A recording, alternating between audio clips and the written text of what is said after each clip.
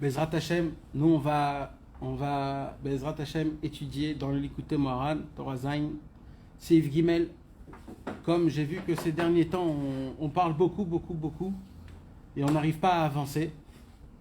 Alors Bezrat Hashem, on va essayer de faire un peu du texte et d'essayer de comprendre d'abord les lignes importantes que Rabbeinu il nous donne à notre Torah qu'on a commencé, juste pour qu'on puisse Bezrat Hashem être bien là où il faut par rapport à ce qu'on a avancé. Je vais juste donner une petite un sikoum, un petit résumé de ce qu'on a étudié dans les deux premiers séifim.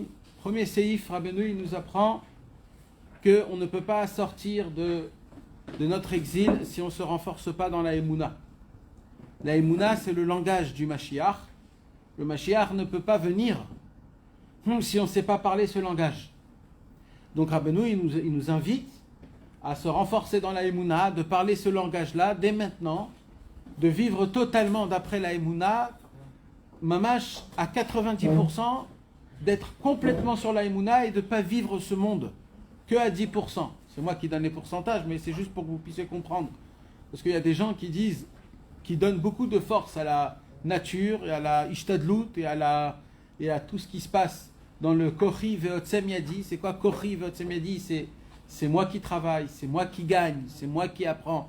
Le moi, toujours le moi. Il faut savoir essayer de laisser un petit peu Akadosh Baruch Hu prendre place dans notre vie, dans notre parnassa, dans notre shlom bayit, et de savoir que tout c'est lui qui fait, tout ça vient de lui, tout c'est de sa volonté, parce qu'il y a un calcul qui est spécifique à mon propre tikkun, chacun comme qui doit vivre.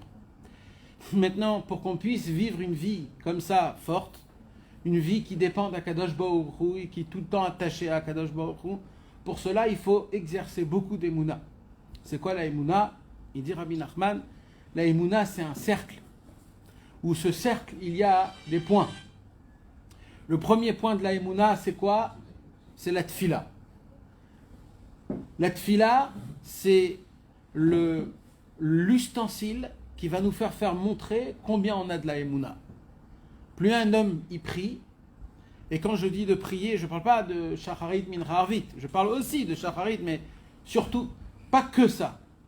Je parle aussi de la façon de comment un homme il se remet envers Hachem et comment il parle, et c'est quoi les sujets qu'il en parle, comment il les parle, qu'est-ce qu'il raconte à Hachem, est-ce qu'il parle de ses pensées, de ses rêves, de ce qu'il voulait, est-ce qu'il donne importance à chaque chose ou pas, et ainsi de suite. Ça c'est le premier point de la tfila. Deuxième point, c'est les nissim. Les nissim, c'est quand on va voir ce qu'Akadosh Baruch Hu il fait avec nous tous les jours. Parce que malheureusement, il y a un langage qu'Akadosh Baruch Hu parle avec nous et que malheureusement, on ne veut pas entendre ce langage. Ce langage-là, c'est quoi? C'est le langage des merveilles qu'Hachem il fait avec nous tous les jours. Ce ne sont pas des merveilles, ce ne sont pas des nissim qui sont robotiques, qui reviennent de jour en jour. Ce sont des miracles qui ont été faits et créés du moment même prévu d'Akadosh Baruch Hu en fonction de chaque moment de notre journée, même la nuit. Si ça se passe avec nous, autour de nous, avec notre famille, et ces miracles-là, quand on ne les voit pas, c'est compté comme un cadeau qu'Akadosh Baruch Hu nous donne, mais qu'on ne sait pas de qui il vient et qu'est-ce qu'il y a dans ce cadeau-là. Ça s'appelle en hébreu un kfui tova. Il y a écrit dans la Gemara, un homme qui ne sait pas reconnaître la bonté du prochain, on n'a pas le droit de lui faire des cadeaux, parce qu'il ne reconnaît pas la bonté. D'être ingrat. Kadosh Baruch Hu, Kadosh Baruch Hu, il nous fait plein de miracles. Si on n'arrive pas à voir et à percevoir ces miracles, alors il y a un problème. Il dira Rabbeinu, comment on fait pour essayer de découvrir ces miracles-là? Alors il dira Rabbeinu, grâce à la tfila, grâce à la émouna, grâce à ça, on arrive à découvrir les bontés d'Hachem. Et il dit Rabbi Nachman, pour que ce cercle fonctionne parfaitement, il faut la ségoula, l'importance de venir habiter en Eretz Israël. Quand tu habites en Eretz Israël, Ene Hashem, Elokei Chaba. Les yeux d'Akadosh Baruch Hu, ils sont toujours sur la providence, surtout sur Akadosh Baruch Hu, sur Eretz Israël et sur le Ham Israël. Maintenant, ça existe aussi en dehors de Eretz Israël. Il y a écrit que chaque Beth Knesset, chaque synagogue, là où il y a une réunion de juifs qui se réunissent ensemble pour servir Akadosh Baruch Hu, ils arrivent à emmener à côté d'eux un petit peu de Eretz Israël. Mais c'est très vague. Ça veut dire pour ressentir ça, il faut être vraiment pieux, pur et saint.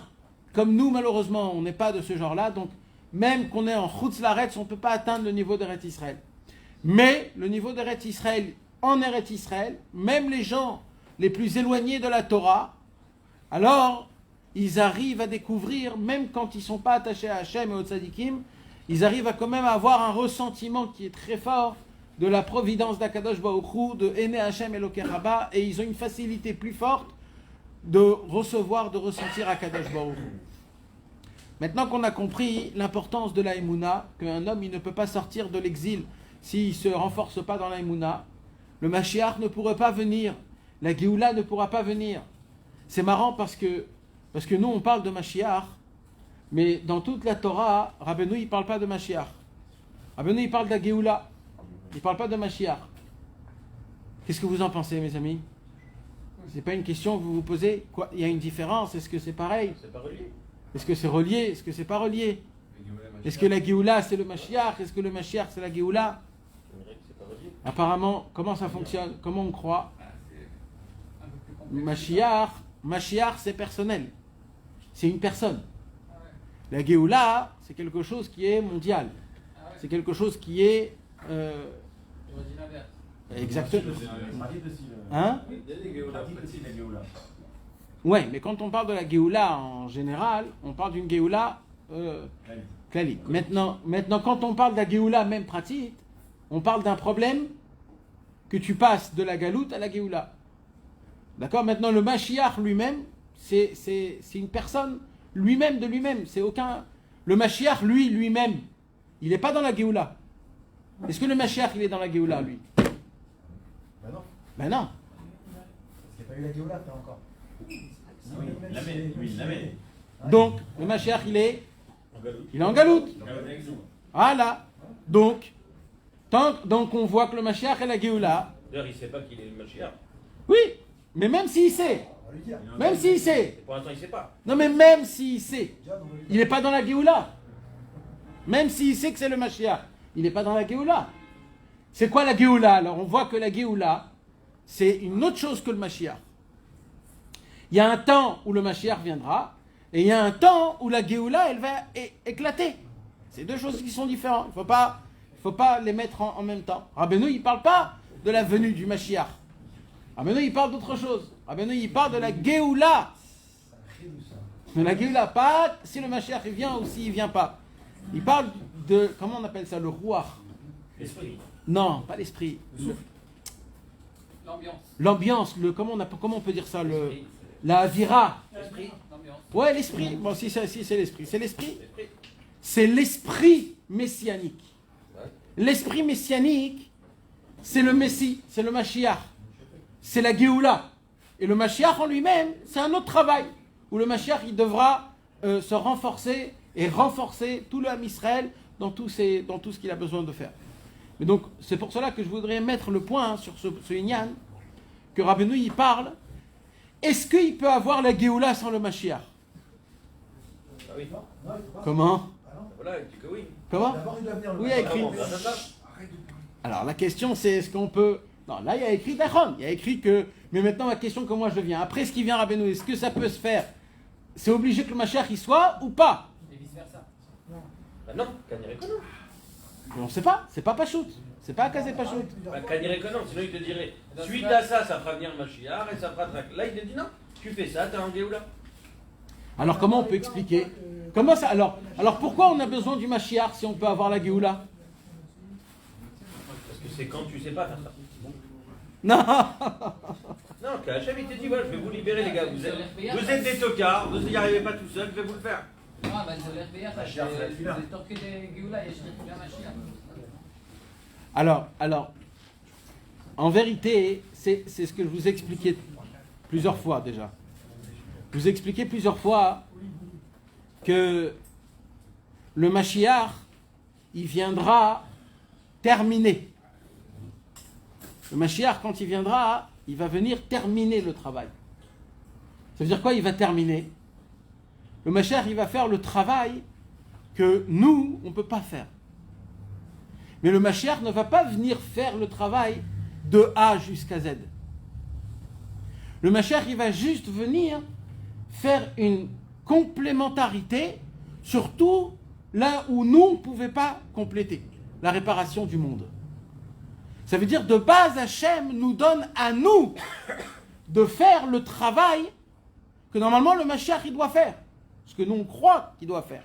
Nous, on croit que le Mashiach, il va venir, il va s'occuper de tout, de A jusqu'à Z. Il va venir, il va changer le monde, il va expliquer la Torah, il va rapprocher le monde à Hachem, il va faire montrer comment Akadosh Baruch Hu, c'est lui le Melech, Manig et Kol HaOlam, etc., etc. C'est faux, il dit Rabbeinu. D'abord, c'est pas Rabbeinu, c'est bien avant Rabbeinu. C'est une saga qui est écrite déjà dans les Rishonim. Le travail du Mashiach, il sera à la fin, après que nous, on va faire notre travail, il va venir compléter notre travail. C'est quoi faire notre travail? Notre travail, c'est quoi? C'est de vivre déjà en époque du Mashiach. Et de faire rentrer le maximum de gens dans ce cercle-là. Voilà, C'est ça le travail que nous, on doit le faire. Et... personnel, tu vis toi. comme Oui, ça. oui, t'es obligé, t'es obligé. Est-ce que tu dois influencer sur le monde Et aussi? tu dois influencer sur le monde. Bah oui, c'est ça le travail. Maintenant, on te donne Lo alecha melacha ligmor. On te demande pas de terminer tout le travail. On te demande de faire ce que tu peux. Et chacun, il doit faire ce qu'il peut. Et le travail de terminer, c'est pas à toi, c'est à qui? C'est au Mashiach. Le Mashiach, il va venir là où tu pourras pas. Mais le Mashiach, lui, on lui demande pas de faire ce travail à lui, ça. C'est pas son travail. Son travail à lui, c'est juste de venir déjà dans un terrain déjà travaillé. Maintenant, ça, mes amis, je n'ai vu personne qui en parle. J'ai vu personne qui vit à travers ça. Mais on vit vraiment dans un rêve. Parce qu'on s'assoit avec les pieds sur la table, en train de chacun manger des pizzas, etc. Mais mes amis, il faut savoir une chose. Le travail, il commence à nous. Le Mashiach, il ne vient pas parce qu'il voit que nous, on ne fait pas le travail. C'est parce qu'on ne fait pas le travail. Le travail, c'est qu'on doit se renforcer dans la Emouna très fort. De mettre en emploi la prière, la conversation avec Akadosh Baruch Hu d'une manière qui est plus forte que ce qu'on est habitué aujourd'hui de voir autour de nous. Rabbeinu, il a commencé à parler de ça à la deuxième Torah du Likutei Moharan. Dans la deuxième Torah du Likutei Moharan, Rabbeinu, il dit l'essentiel de l'arme que le Mashiach va combattre à la fin des temps. Ça sera quelle arme que le Mashiach il va combattre? Qu'il va utiliser, ça sera la tfila. Quand Rabbeinu il a dévoilé la deuxième Torah du Likutei Moharan, Rabbeinu il nous dit entre parenthèses, il nous dit, voilà, se forme actuellement l'armée du Mashiach. Elle se forme dès maintenant. Qui veut rentrer dans l'armée de Mashiach? Pas tout le monde est obligé de rentrer. Mais celui qui veut rentrer, qui veut participer à combattre le dernier combat de la Géoula, pour cela, il faut prendre mon arme. Et c'est quoi l'arme qu'il faut pour rentrer dans ce bataillon? Le bataillon du Mashiach, c'est une seule arme. C'est quoi? C'est la tfila. C'est-à-dire, un homme, il a le devoir d'essayer de se préoccuper, de se procurer tout ce qu'il a besoin et tout ce qu'il demande et tout ce qui lui manque à travers la prière.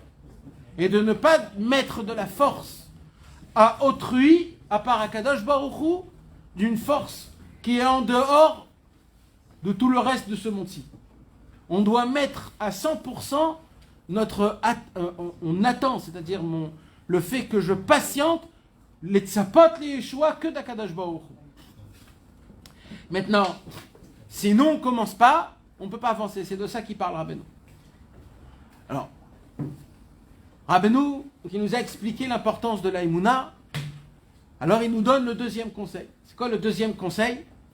Comment on est zoré d'avoir la Emouna? Comment on se rapproche? Comment on fait pour avoir beaucoup d'Emouna?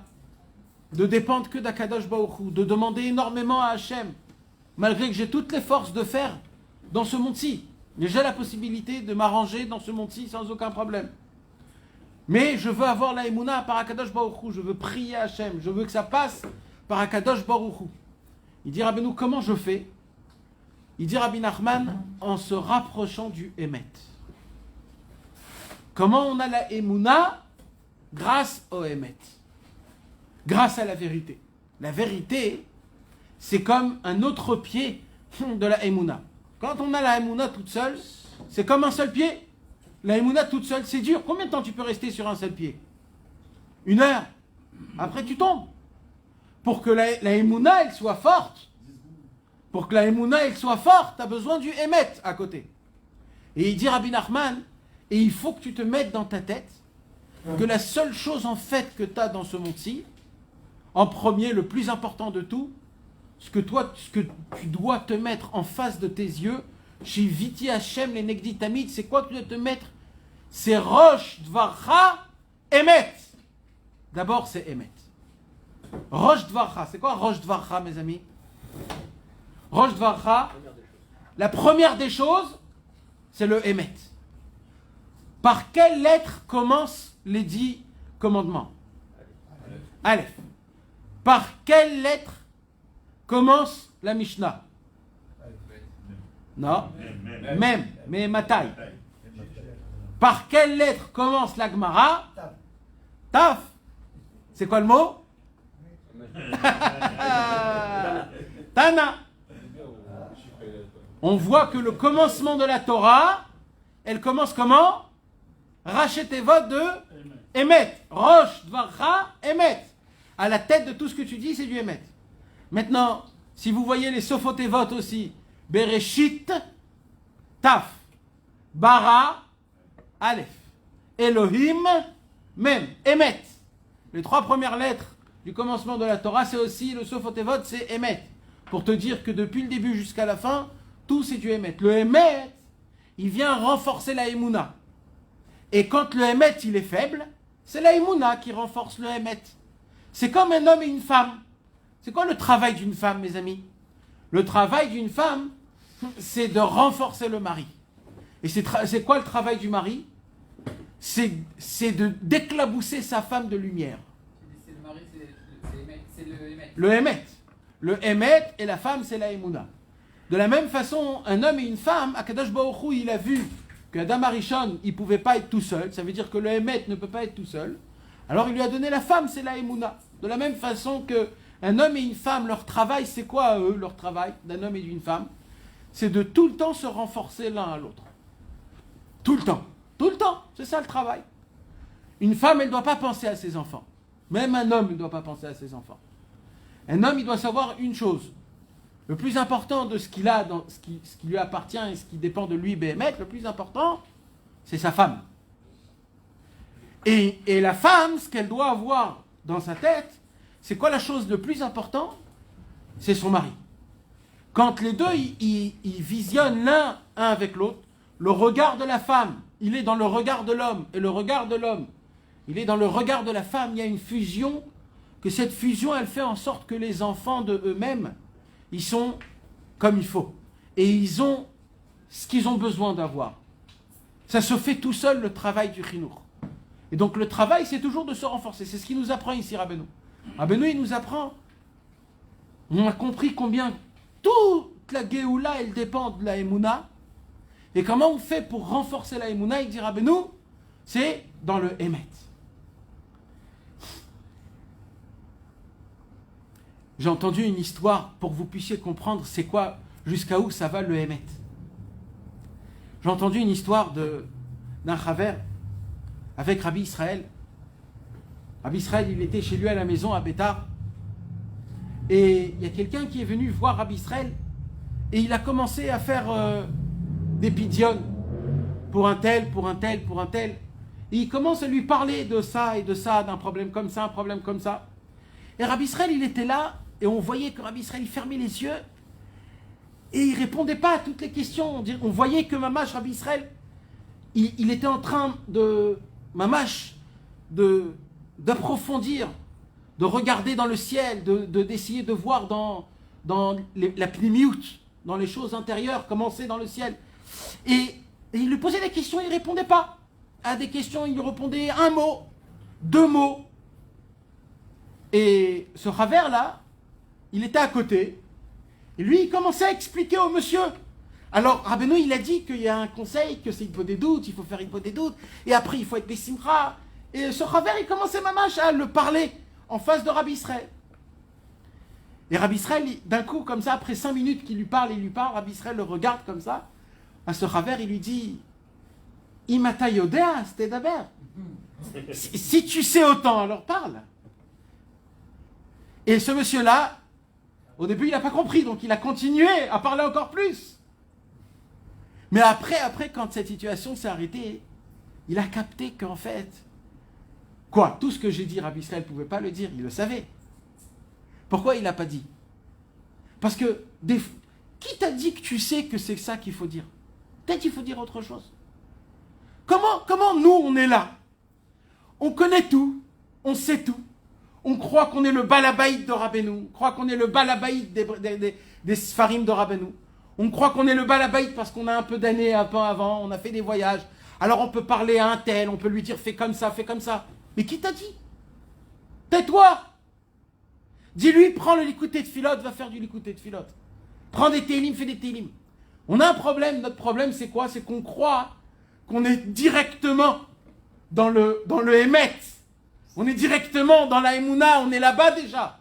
On croit que c'est de là-bas qu'on sert Hachem. Mais on est loin les gars. On est sale. On est sale. On sent mauvais. Vous ne pouvez pas vous imaginer à combien de kilomètres on est loin du Hémet et de la Emouna et de la Vodat Hachem et comment servir Hachem. Alors des fois Hachem il nous donne des petits cadeaux et on arrive à chanter, on arrive à danser, on arrive à étudier, on arrive à se renforcer.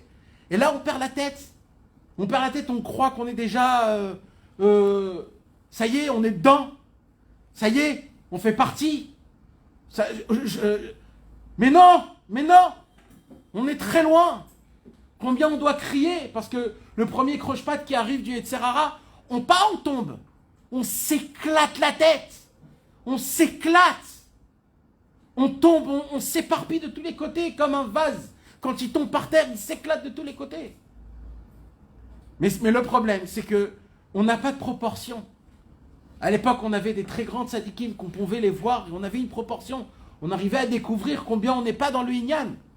Mais là, malheureusement, comme on ne voit pas le Hémet, la sincérité, l'authenticité de la Vodat Hachem, de servir que Hachem, pour personne d'autre, sans que personne le sache, que pour Akadosh Baruch Hu, pas pour le Olam Haba, pas pour le Gan Eden, que pour Hachem Yitbarach, pour le Ham Israël, pour faire plaisir à Akadosh Baruch Hu, pour que le Ham Israël aussi se rapproche de Dieu et que lui aussi fait la même chose. On est très loin. On dépend toujours de nos amis, on dépend de notre femme, de nos enfants. On dépend des bêtises qu'il y a autour de nous. Mais tout ça c'est faux, il dit Rabbeinu. Il dit Rabbeinu, tu dois te mettre dans tes yeux une seule chose. C'est quoi? Le Hémet. De faire pour le Hémet. Que pour le Hémet, avec une authenticité la plus grande, pour Hachem Yitbarach. Mais, comme on l'a expliqué plusieurs fois, c'est très dur de se rapprocher de cette vérité. Il dit Rabbeinu, Ve'i efshar lavo la Hémet.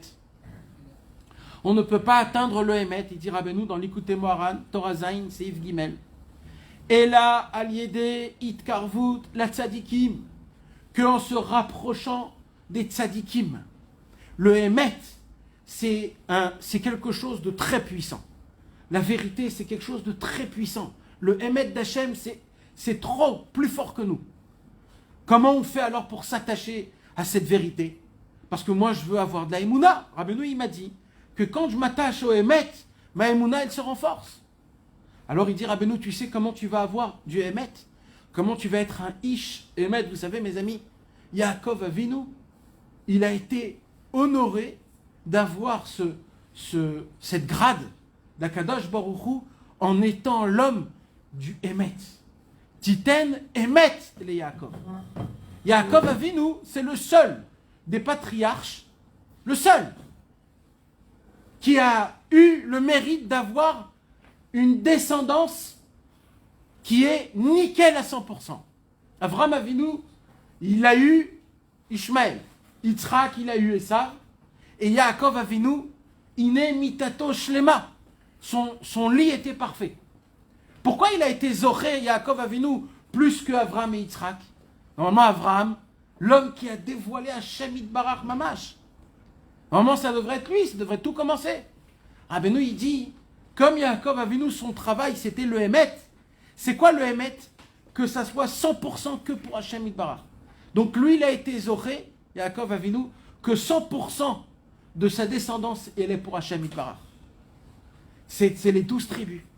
Les 12 tribus, ils ont été zorés d'être les Shifteya, où le Kohen Gadol, il est porté pour servir Hachem, pour faire montrer à Hachem. Hachem, rappelle-toi, les 12 tribus, ils viennent d'où? Du Hémet.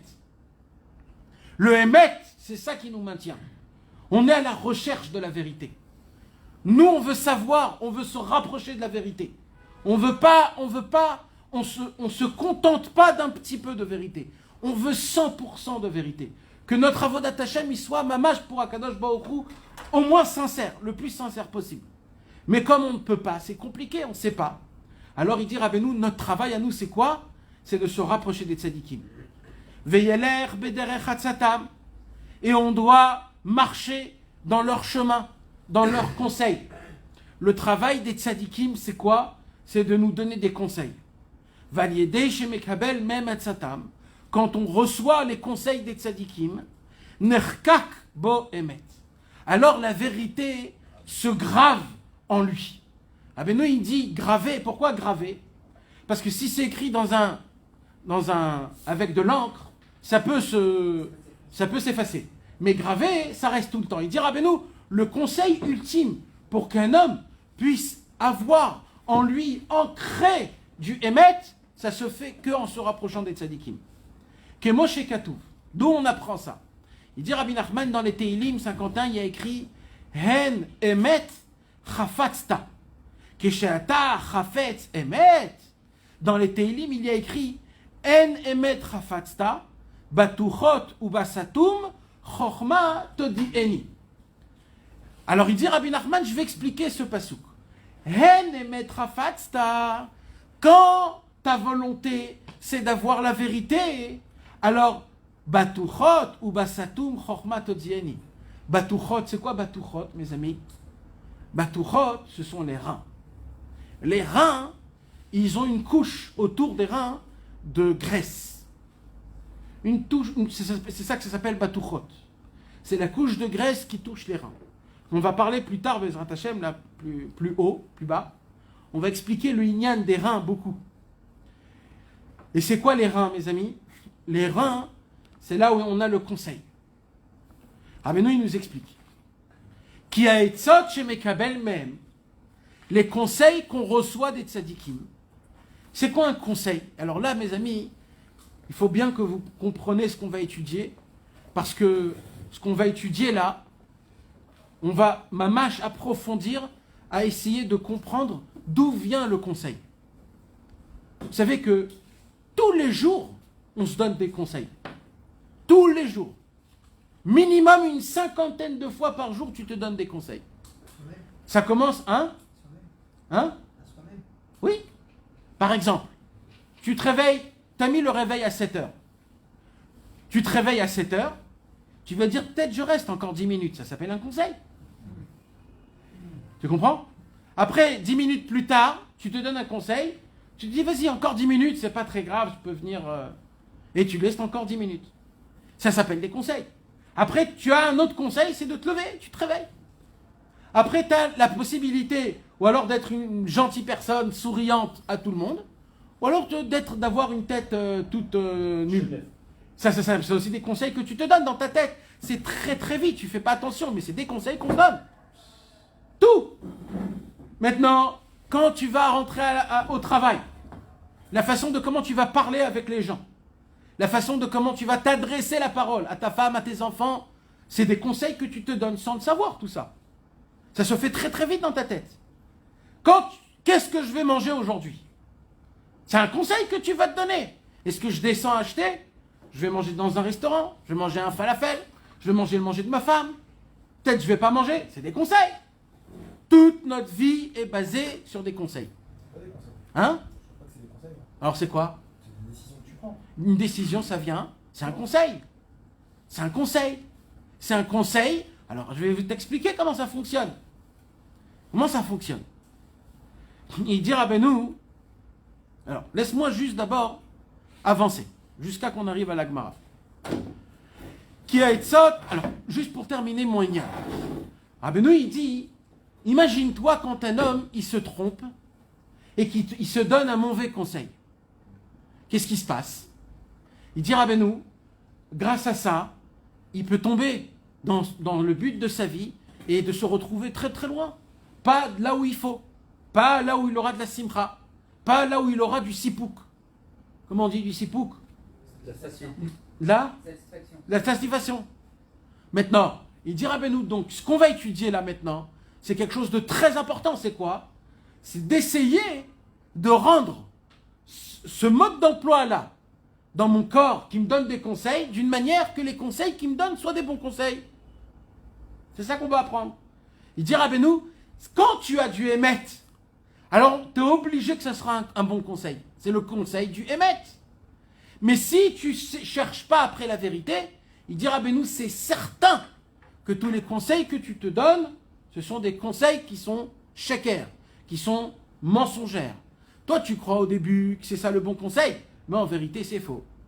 Maintenant, ça peut être sur des choses banales, comme ce que je vous ai dit, quand se réveiller, quel habit mettre, quoi manger, mais ça peut être aussi dans des choses qui sont très importantes. Comment je vais prier? Qu'est-ce que je vais prier? Est-ce que je vais faire Hitbodedut aujourd'hui ou je vais pas? Je vais au mikvé ou je vais pas? Est-ce que je vais étudier aujourd'hui ou je vais pas? Quand j'ai la possibilité de gronder sur mes enfants, est-ce que je vais gronder sur eux? Ou alors je vais leur faire montrer combien je les aime avant que je les gronde? Ou de leur expliquer que je vais les gronder parce que c'est par amour, c'est pas parce qu'ils m'ont énervé, c'est pas parce qu'ils ont mal parlé, c'est pas parce qu'ils m'ont pas donné d'honneur ou de respect. Ce sont des choix, c'est des conseils. Quand on s'attache aux tzadikim, les tzadikim gravent sur nous la vérité, et grâce à ça, on arrive à se donner des conseils de vérité. Alors il dit Rabbi Nachman, regardez qu'est-ce qui se passe quand on reçoit un bon conseil. Il dit Rabbeinu, déjà, pour nous apprendre, c'est très problématique de recevoir un conseil de quelqu'un qui n'est pas pieux, qui n'est pas dans la Torah. Regardez ce qu'il dit Rabbi Nachman. Qui a etzot shemekabel mehem, quand un homme il reçoit des conseils de quelqu'un, ou bechinat nisuin vezivug, c'est compté comme un mariage, comme un accouplement. C'est pas une parabole que Rabbeinu nous donne. C'est pas comme si, dit Rabbi Nachman. Il dit c'est ça mamash. Ça s'appelle de prendre un conseil de quelqu'un, c'est de s'accoupler avec lui. C'est de prendre de lui une semence.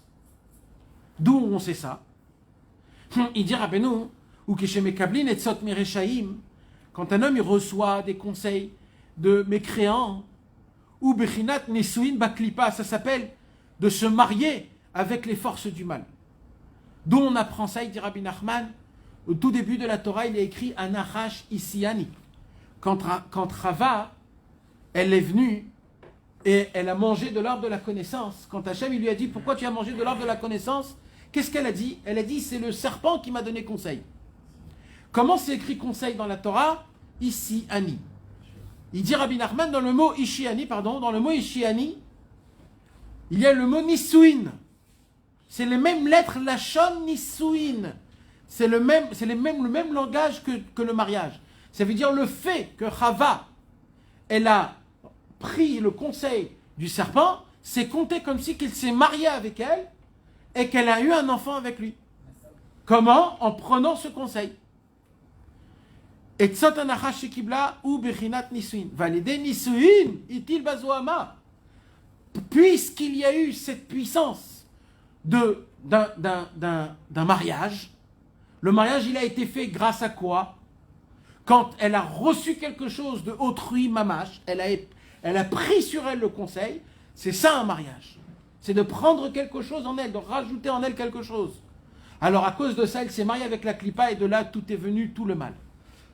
Rabbeinu, il veut nous apprendre déjà en première ligne, Regardez où on peut se retrouver quand on prend un mauvais conseil d'une mauvaise personne. Le premier gamme. Même d'une bonne personne. Même d'une bonne personne. Non, oui, même d'une bonne personne si c'est pas un bon conseil. Voilà, ça devient un Ouais. Rabbeinu, il dit la première faute que la Torah elle mentionne, c'est la faute qu'on a reçu un mauvais conseil. Il dit Rabbi Nathan, pour cela, mes amis, il faut comprendre que le commencement des problèmes, c'est par un mauvais conseil. Il dit Rabbi Nachman, ou Bema'amad Har Sinai Paska Zoamatan. Quand on s'est tenu devant le Har Sinai, depuis que Chava, elle a pris le conseil du serpent, dans notre peau s'est gravé l'écaillement du serpent. Ça s'appelle le venin du serpent. C'est la raison pour laquelle on ne pouvait pas recevoir la Torah, parce que la Torah, on avait sur nous du venin du serpent. Alors il dit Rabbeinu Akadosh, qu'est-ce qui se passe quand un homme, il a le venin du serpent? Obligatoirement, tous les conseils qu'il donne, ce sont des mauvais conseils, et tout est mal. Donc c'est quoi le tikkun, il dit Rabbeinu? Quand on a un gamme de Emouna, qu'est-ce qu'il faut faire? Il dit Rabbeinu, il faut se renforcer dans le Emet. On a dit, quand il y a un gamme de Emouna, qu'est-ce qu'il faut faire? Il faut se renforcer dans le Emet. Comment on se renforce dans le Emet, il dit Rabbeinu? En s'attachant au tzadikim. Et qu'est-ce qu'il faut faire quand on s'attache au tzadikim? Il faut être à la recherche de conseils. C'est exactement ce qui s'est passé au Mont Sinaï. Au Mont Sinaï, ils ont reçu la Torah, les 613 mitzvot, que les 613 mitzvot, c'est des conseils. Le fait qu'ils ont reçu ces conseils au Mont Sinaï, ça s'appelle qu'ils se sont mariés avec qui? Avec Hachem, et avec le tzaddik, et avec la Torah. Donc, ils ont reçu un bon conseil. Grâce à ça, Paska Zoa Matan. C'est pour ça que la Gemara dans Masechet Shabbat, elle nous apprend que au moment où ils ont reçu les conseils de la Torah, le venin du serpent, depuis Chava, il s'est en allé. De là, on apprend, il dit Rabbeinu, quand tu te rapproches des tzadikim et tu prends leurs conseils, tu enlèves de toi tout ce venin du serpent.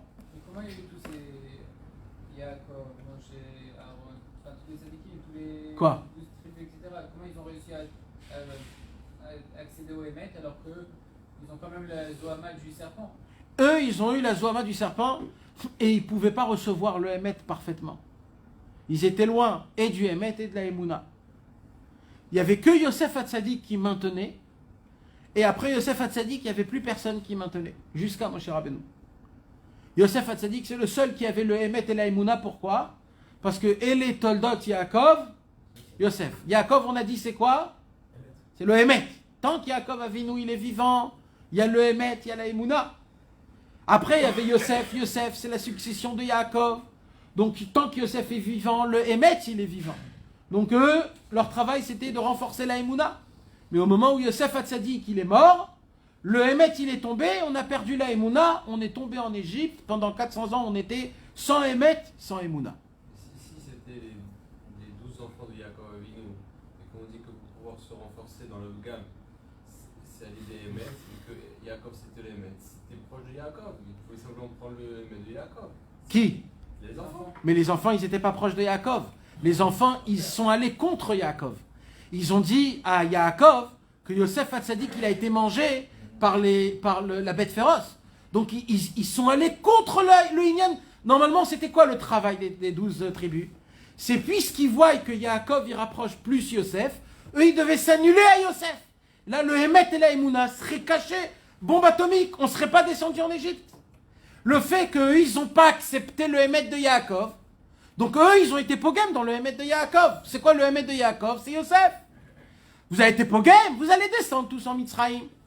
Et c'est pour cela que quand Moshe Rabbeinu il est venu pour renforcer le Hémet et la Emouna, ça a été très difficile parce qu'ils ont 400 ans dans la tête de pgam, de Hémet et de Emouna. Alors Moshe Rabbeinu il a dû venir renforcer, parler et il a fait les 10 plaies. Les 10 plaies c'était pour renforcer la Emouna. Et le Hémet c'était quoi? C'était en donnant la Torah, les 613 mitzvot. Moi, ce que je te pose comme question, c'est comment Yaakov et Yosef ils ont échappé à la Zohama. Comment ils ont échappé à la Zoma? Ça veut dire, c'est clanique quoi. Non, eux, ils ont pas. Eux, ça leur touche même pas. Eux, c'est le Hémet Mamash. C'est le Hémet. Le Hémet, il peut pas être touché. Jamais. Le Hémet, il brille. Jamais il peut être touché. Ni Yaakov et ni Yosef. Kisham Kiblu Taryag Itin Dikdusha. Car là-bas, ils ont reçu les 613 conseils de sainteté. Il y a un livre d'un des élèves du Baal Shem Tov qui s'appelle le Yosher Divrei Emet, où là-bas, il parle beaucoup comment servir Hachem. Et une des choses qu'il parle là-bas dans le Yosher Divrei Emet, c'est quelque chose de très important, mamash. Il dit le Yosher Divrei Emet, il dit quand on ouvre un livre de Torah, si on veut pas, si on n'a pas une réponse, si on n'a pas une réponse à une question, c'est-à-dire si on ne cherche pas une réponse à une question, le livre que tu vas ouvrir ne va pas faire un effet sur toi. Il y a quelqu'un qui vient, il ouvre le livre. Pourquoi il ouvre le livre? Parce qu'il faut étudier tous les jours un petit peu. Alors j'étudie. Il dit, Rabbeinu, ça c'est sympathique. Le Yosher Divrei Emet, il dit, c'est très bien. Il dit, mais ce limoud de Torah là, il va pas t'emmener loin. Il dit, comment tu fais pour que le limoud de Torah il t'emmène loin? Toi, tu dois avoir dans ta tête une question. C'est quoi la question que tu dois avoir? Comment je peux servir Hachem d'après mon niveau de maintenant, d'aujourd'hui, d'après mes mitzvot et mes averot d'aujourd'hui, d'après ma volonté de servir Hachem et pas ma volonté, à travers mon niveau à moi aujourd'hui, je veux trouver un conseil comment servir Hachem à travers la Torah. Il dit le Yosher Divrei Emet, si tu n'as pas ça dans ta tête, tu ne pourras pas découvrir ce que le tzaddik il a à te dévoiler dans la Torah. Parce que quand tu es à la recherche de quelque chose, tu retrouves la réponse. Mais quand tu n'es pas à la recherche, t'es free, t'es light, t'es là, t'entends ce qu'on veut dire. Un homme, il doit venir dans un cours ou dans une étude de Torah, il doit venir allumé pour entendre quelque chose qui va lui donner de la force, qui va lui donner une réponse de comment je pourrai plus encore servir Hachem meilleur encore, meilleur qu'hier, meilleur que cette semaine. Un renouveau total, pas comme j'ai l'habitude. Un homme, il doit chercher ces points-là quand un homme il étudie dans la Torah. Ça s'appelle d'être à la recherche du Hémet. Ça s'appelle de prendre des conseils des tzadikim. Tu viens pas chez le tzadik juste pour prendre la bracha. Tu viens chez le tzadik en lui posant une question très précise, en lui disant, tzadik, je veux me séparer du Yetzerara, de mes ta'avot, de ma ga'ava, de ma colère, de mes problèmes. Je veux me séparer du mal. Je veux faire des bons shabbatot, je veux être besimcha, je veux. T'as un conseil à me donner? Là, le tzaddik, c'est précis. Mais si tu viens chez le tzaddik et t'es là, tout beau, tout mignon, et tu veux juste regarder, le tzaddik, il va pas te donner de conseils. Il faut que tu viennes, il faut que tu demandes, il faut que tu réclames, il faut qu'il y ait quelque chose en toi qui te manque, que c'est ça la raison qui va faire que je vais ouvrir le livre pour. Et il dit, un autre des élèves du Baal Shem Tov, le Maor Vashemesh, dans Parashat Yitro, il dit un chidouche énorme. Il dit le Maor Vashemesh, il dit qu'est-ce qui s'est passé? Pourquoi Hachem n'a donné la Torah? Pourquoi il a donné la Torah à cette époque-là? À l'époque de Moshe Rabbeinu, quand Moshe Rabbeinu ne suffisait pas, il ne suffisait pas cette grandeur. Normalement, il devait donner la Torah plus loin ou avant. Pourquoi en plein milieu de Moshe? Il dit, le Maor Vashemesh, le Shabbat du Noam Elimelech, il dit un chidouche énorme. Il dit, parce que Avraham, Yitzhak et Yaakov, vous savez, il y a écrit dans la Torah, dans Gemara Maseret Eruvin, que Avraham, Yitzhak et Yaakov, même qu'il n'y avait pas la Torah, ils ont appliqué toute la Torah, mais pas juste la Torah Stam. Ils ont même appliqué Yerouvé Tafshilin. Yerouvé Tafshilin, vous savez, c'est quoi, mes amis? C'est un des Rabbanan. Ça veut dire, même les Rabbanan, même les Mouktsé, même ça, Avraham, Yitzhak et Yaakov, ils ont appliqué. D'où ils savaient tout ça, Avraham, Yitzhak et Yaakov? Comment ils ont appris la Torah avant de connaître la Torah? Le Maor Vashemesh, il donne une réponse qui est exceptionnelle. Il dit, vous voulez savoir comment? Ce qu'on vient d'expliquer dans le Yosher Divrei Emet. Avraham, Yitzhak et Yaakov, toute la journée, ils étaient là et dans leur tête, ils se disaient comment je peux servir Hachem? Comment Akadosh Baruch Hu, il voudrait que je puisse le reconnaître à travers cette situation, à travers ça. Et tout son mécanisme dans son cœur et dans sa tête, c'était à travers de vouloir faire la volonté d'Hachem. Et ils ont réussi, grâce à ça, à découvrir toute la Torah de eux-mêmes. Il dit maintenant, le problème, vous voulez savoir, il était où? Au moment où on est descendu en Égypte, on a perdu cette chose-là. On est devenus des gens qu'on ne pense pas à Hachem, qu'on ne pense pas à la volonté, on ne pense pas à rendre fier Hachem. On ne veut pas faire sa volonté. On a commencé à rentrer dans ce monde-ci. Comme on n'arrivait pas à le faire, alors Hachem, il a fait quoi? Il nous a donné la Torah pour que ça sera la Torah directe qui va nous donner le droit chemin, au lieu que nous-mêmes, on le trouve tout seul, en cherchant Akadosh Baruch Hu tout seul. Donc en fait, la Torah, c'est Kaviachol, on l'a reçu par un handicap. C'est une bouée de secours. En fait, la Torah, c'est des conseils. Maintenant, le Malbim, il dit dans les Teilim qu'on va lire plus tard, il y a un Teilim, Li etza vetushia. Dans Mishlei, pardon. Dans Mishlei, Shlomo HaMelech, il parle de la Torah Kdosha. Et il dit des shvachim sur la Torah. Mais Rabbeinu, il dit, on ne parle pas de toutes sortes de Torah. Il ne parle pas à la stam de la Torah. On parle de quelle Torah? C'est quoi les louanges que Shlomo HaMelech, il loue la Torah? C'est quoi? Il dit, c'est une Torah de li etza vetushia. Ça veut dire quoi? Le Malbim, il dit, venez, on descend dans la racine du mot etza.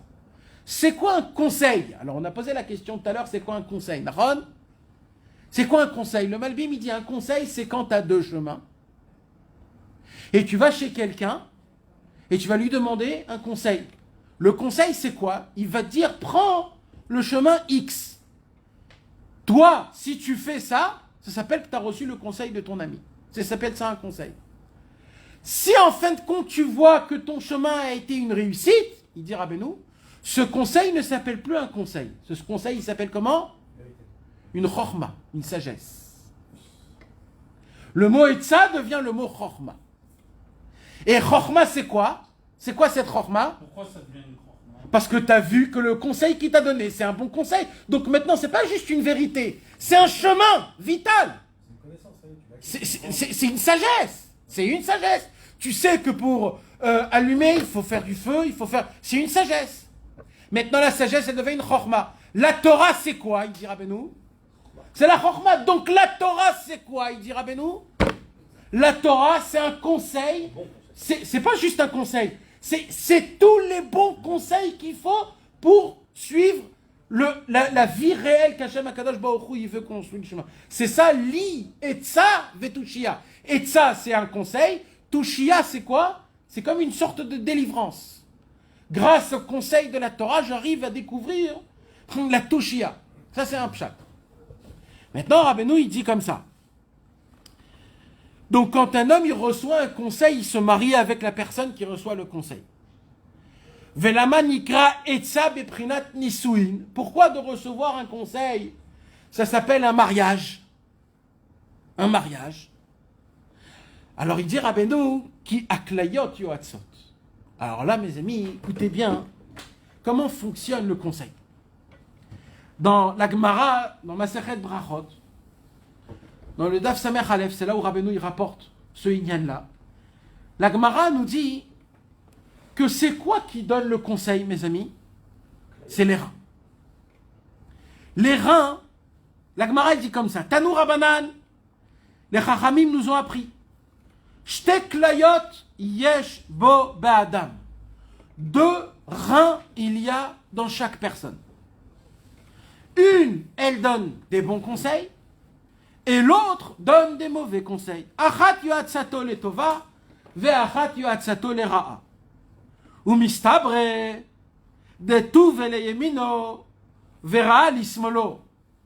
Et apparemment, celle de droite, elle donne des bons conseils, et celle de gauche, elle donne des mauvais conseils.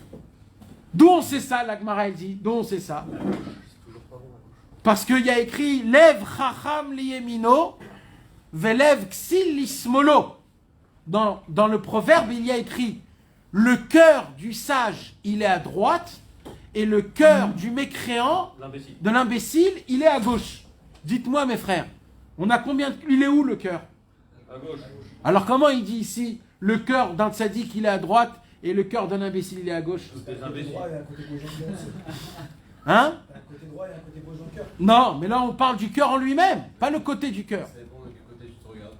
Alors non, alors le chidouche c'est quoi? Le chidouche c'est quoi? C'est que c'est quoi le cœur? Il dit Rashi. C'est le rein. Le cœur, c'est les reins. Comme dans les reins, il y a un côté droite et gauche. Ça veut dire quoi que le cœur du tzaddik, il est à droite, c'est-à-dire qu'il reçoit des conseils du rein, du côté droite. Et l'imbécile, le cœur de l'imbécile, il est à gauche, ça veut dire quoi? Il dit Rashi. Ça veut dire qu'il prend du conseil du rein du côté gauche. Parce que dans les reins, dans le côté des reins, il y a deux reins, d'accord? Il y a deux reins. Un, deux. D'accord? C'est pour cela. C'est pour cela aussi qu'il y a écrit Ve'afta et Adonai Elohecha bechol levavcha. De tous tes cœurs. On a combien de cœurs? 1, 2, 10, combien on a? Un seul. Pourquoi il y a écrit bechol levavecha? Dans tous tes cœurs. Pourquoi tes cœurs? Parce que le cœur, d'où il prend le conseil? Des reins. Et dans les reins, il y a deux reins. Il y a le côté droit et le côté gauche. Le côté droit, il donne des bons conseils au cœur. Le côté gauche, il donne des mauvais conseils au cœur. Qu'est-ce qu'il te dit? Ve'afta et Adonai Elohecha bechol levavcha. Tu aimeras Hachem de tous tes cœurs, c'est-à-dire même du côté bien, même du côté mal. Vous comprenez, mes amis? Il y en a, ils ont. Et comment ça qu'ils peuvent vivre qu'avec un rein? Nahon. Alors c'est sûr que on parle, c'est des choses qui sont, je sais pas te dire. Non, mais il doit y avoir un truc là-dedans. Oui, il doit avoir. Parce que tu peux pas avec son cœur, mais avec un rein, tu peux. Alors, c'est la raison pour laquelle le Maharsha sur la Gemara, le Maharsha, il dit un chidouche. Il dit un chidouche qui est énorme. Il dit, si vous regardez dans tous les membres intérieurs, tous les membres, ils sont un. Un poumon, un intestin. Ah, il y a deux poumons. Non, il y a un poumon avec 5 poches. Mais un poumon, pas deux poumons. Un poumon avec 5 poches. Mais c'est un poumon, Tu peux enlever un bout du poumon. un cœur, Un poumon. une rate, un intestin, un cerveau. Nahon ou pas, mes amis? Ouais, Un cerveau, pas tout le monde. Hein. Ouais, pas tout le monde. Je dirais Mario Ponce. Et il dit le Maharsha, mais les reins, c'est le seul où il y a deux reins. C'est le seul de tous les membres intérieurs où il y a deux membres. Pourquoi il dit? Il dit parce que c'est là-bas où c'est de là-bas qu'on prend le conseil. Et comme dans le conseil, il y a des bons et des mauvais, donc c'est la raison pour laquelle il faut avoir deux reins. C'est ça l'explication qu'il explique donc le Maharsha sur cette Gemara qui est très très spéciale. Et c'est pour cela il y a un pasouk, par exemple, Ani Hashem choker lev bochen kelayot. Hashem, comment il regarde notre cœur? En regardant nos reins. Pourquoi c'est les reins qui donnent conseil au cœur? Alors Rabbeinu il explique, d'après le Tikkuné Zohar qu'on va lire plus tard. Il dit Rabbeinu ici qui a klayot yoatzot. Veklayot em klea olada kele azera. Il dit Rabbeinu Akadosh. Il dit Rabbeinu que, vous savez c'est quoi le membre le plus chaud qu'il y a dans le corps humain? le cœur, hein. Non, le cœur, il crée la chaleur. Parce qu'il bat très fort. Donc le fait qu'il bat fort, c'est lui qui crée la chaleur. Mais le membre, que de lui-même, il est en chaleur. Le cerveau, par exemple, il est très froid. Il est froid, le cerveau. Il n'y a pas de sensation dans le cerveau. Le cœur, il y a des sensations. Mais, c'est quoi, ou c'est où qu'il y a la chaleur la plus grande? C'est les reins. Pourquoi?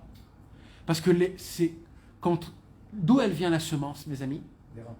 La semence, elle vient du cerveau. C'est-à-dire quoi?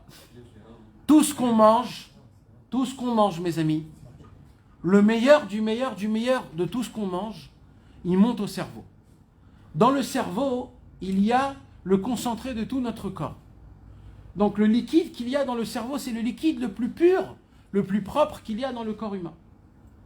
Quand le cerveau il commence à se préparer à faire sortir une semence, alors le cerveau il commence à travailler. Et là, le cerveau il commence à faire sortir un liquide qui va passer ce liquide dans la colonne vertébrale. À chaque anneau qui va passer dans la colonne vertébrale, ce liquide va puiser de tout le corps des forces, des qualités, des sensations, tout l'ADN, tout ce qu'on parle, toutes des choses, des trucs énormes, des chokhmot énormes de tout le corps humain. C'est les midotes aussi, ça? Tous les midotes, tout, mamache, des quantités de, comment on appelle ça, des pièces numériques remplies de, vous savez aujourd'hui la sagesse artificielle, comment ils appellent ça? L'intelligence artificielle.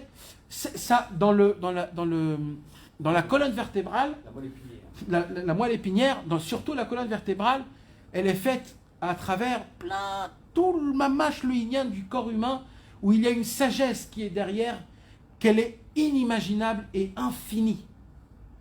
Cette goutte, quand elle passe du cerveau à la colonne vertébrale, elle s'enrichit, elle s'enrichit, elle s'enrichit, elle s'enrichit, pour pouvoir avoir cette puissance de pouvoir créer une personne. Et elle arrive où? Dès qu'elle descend à la fin de la colonne vertébrale, elle va directement dans les reins. Dans les reins, comme les reins, c'est un membre qui est en chaleur très forte, c'est là-bas que les reins commencent à faire cuire. Elle cuit, je ne sais pas si c'est ça le mot en français, ou les vachelles, comment on dit les vachelles? Il n'y a pas un mot un peu plus... Elle va préparer. Ouais, de la... Elle va préparer la semence. Sécréter. Non, sécréter, c'est dans le cerveau. C'est dans le cerveau. La goutte elle descend, je te donne le rein. Non mais chané. Ça prépare, quoi. La cuisiner. La cuisiner, la travailler, la cuire, la préparer. Maintenant, ça, qu'est-ce qui se passe? Maintenant, qu'est-ce qui se passe à ce moment? À ce moment-là même, dès que c'est bon, alors les reins, ils donnent la sensation au cœur de laisser cette substance s'en aller du corps humain. C'est là où ça descend dans les testicules. Les testicules, mes amis, c'est les mêmes, il y en a deux, c'est les mêmes que les reins. C'est les mêmes que les reins, et la même grandeur que les reins, parce qu'ils sont en forme que les autres. En rapport, mamache. Ils sont en rapport. Et ils font le même travail. Maintenant, et donc il dit Rabbeinu, d'où il vient le conseil? D'après ce qu'on a vu, il dit Rabbeinu, le conseil c'est les reins qui donnent au cœur. Le cœur, il choisit de prendre ou de ne pas prendre le bon conseil. Il dit Rabbeinu, donc quand un homme il donne un conseil à quelqu'un, il lui donne de quoi en fait? La chaleur, du zéra. Il lui donne du zéra, il lui donne de la semence. Maintenant, c'est pas une semence qui est liquide, mais c'est une semence qui descend où? On a dit, ce conseil il vient d'où? Du cerveau. Le cerveau, il donne au cœur, le cœur, il donne au rein, et les reins, ils donnent au cœur. Donc il dit, Rabbeinu, regardez comment c'est puissant, cette chose, comment elle fonctionne. Ve'aklayot em klea olada. C'est pour cela, mes amis, pourquoi ça s'appelle klayot? Parce que dans le mot klayot, il y a le mot non, kol. Tout, c'est les reins. Parce que tout, c'est les conseils. C'est pour ça qu'on a appelé, c'est le seul membre qu'on a appelé klayot, comme si qu'on dit kolel à kol. Klayot, c'est kolel. C'est inclus. C'est quelque chose de puissant. Comme ça, il dit le Kehilot Yaakov.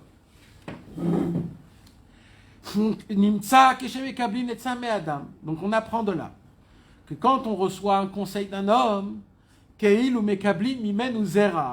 c'est comme si qu'on reçoit de lui une semence. Et tout dépend de l'homme, de celui qui donne le conseil. Im racha o tzadik. Si c'est un conseil d'un racha ou si c'est un conseil d'un tzadik. Mes amis, ça fonctionne de comment? Comment ça fonctionne? Tout commence par le cerveau. Quand un homme chas v'shalom, il est pogem dans le brit, qu'est-ce qui se passe? Quand un homme chas v'shalom, il tombe, il jette sa semence en vain, ou alors qu'il se conduit pas comme il faut, il laisse son cerveau s'en aller un petit peu plus loin que ce qu'il le faut. Qu'est-ce qui se passe? Il crée une substance dans le cerveau qui va aller nulle part. Il fait en sorte que le cerveau va travailler là où il ne doit pas travailler. Donc, qu'est-ce qui se passe? Il va trouer le cerveau. Et là, les reins, qu'est-ce qu'ils vont faire? Ils vont cuire une substance, que cette substance n'aura pas d'utilisation.